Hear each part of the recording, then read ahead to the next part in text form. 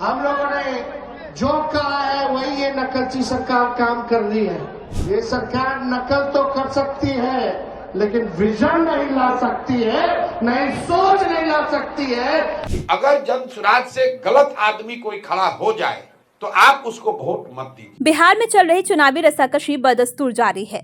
हर party के रणबांकुर पूरी शिद्दत से चुनावी चौसर में अपने मोहरे सेट करते दिखाई दे रहे हैं। इस बीच सीटों की गणित को लेकर भी बैठकें शुरू हो गई हैं। बीते कल 2 बड़ी बैठकें हुई, एक दिल्ली में अमित शाह की तो वहीं दूसरी तरफ बिहार की गद्दी पर बैठने को आतुर तेजस्वी यादव की। दोनों ही बैठकों का एजेंडा एक ही था और वो था बिहार चुनाव। बीजेपी के लिए चाणक्य कहे जाने वाले अमित शाह की अगुवाई में बीते कल एक बहुत महत्वपूर्ण बैठक हुई।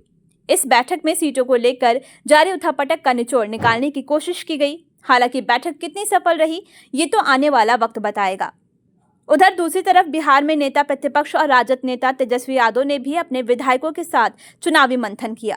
बैठक में चुनावी रणनीति, संभावित कैंडिडेट्स और सीटों की समीक्षा पर विस्तार से चर्चा की गई।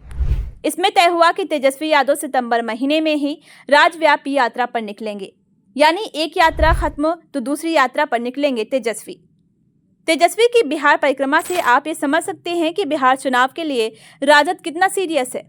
और हो भी क्यों ना, एक अरसा हो गया राजद को सत्ता का स्वाद चखे।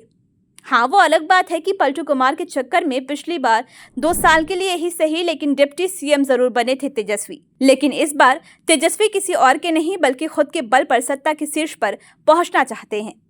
वो अलग बात है कि इंडिया गठबंधन के दूसरे सिपहसालार जैसे राहुल और अखिलेश उनका साथ जरूर देते आ रहे हैं। कई दिनों तक चली इंडिया गठबंधन की यात्रा खत्म हो गई, लेकिन उस यात्रा में कई रंग देखने को मिले। संविधान से लेकर वोट चोरी तक इंडिया गठबंधन को अपना एजेंडा इस यात्रा के जरिए बखूबी सेट किया।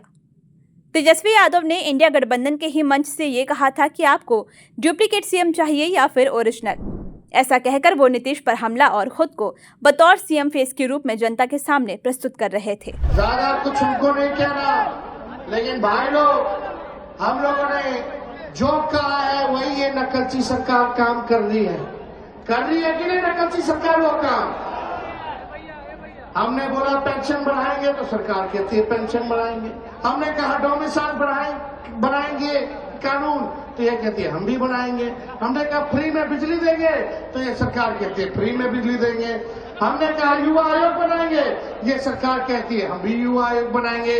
हम बोले माई बहन मार योजना लाएंगे तो ये कहते हैं 10,000 रुपया हम भी महीना देंगे, फिर बाद में समीक्षा करेंगे। ये सरकार नकल तो कर सकती है लेकिन विजन नहीं ला सकती है, नई सोच नहीं ला सकती है। तेजस्वी आगे आगे और ये सरकार पीछे पीछे। इसलिए आप लोगों को तय करना है कि आपको डुप्लीकेट सीएम चाहिए कि ओरिजिनल सीएम चाहिए।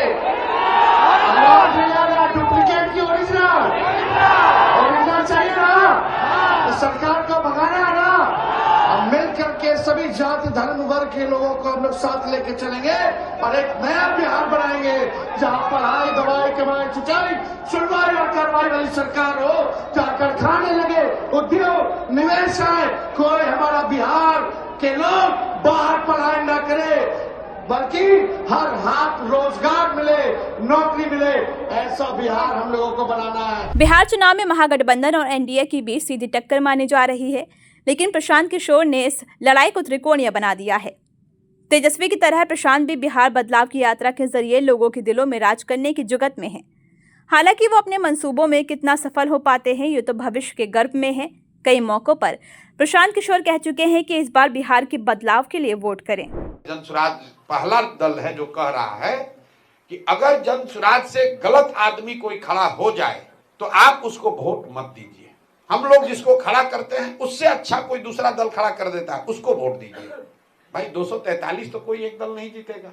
बिहार जीतना चाहिए, जन सुराज जीते या न जीते। और कहीं ना कहीं लोग ये बात समझ रहे हैं कि बदलाव होना चाहिए, अच्छे लोग जीतने चाहिए। अच्छा लोग चाहे जन सुराज से लड़े या किसी दूसरे दल से लड़े, जन सुराज से हम लोग की कोशिश है कि अच्छे से अच्छे लोगों को सामने रखें। निर्णय जनता को करना है। लेकिन लड़ाई बेहद दिलचस्प होने वाली है।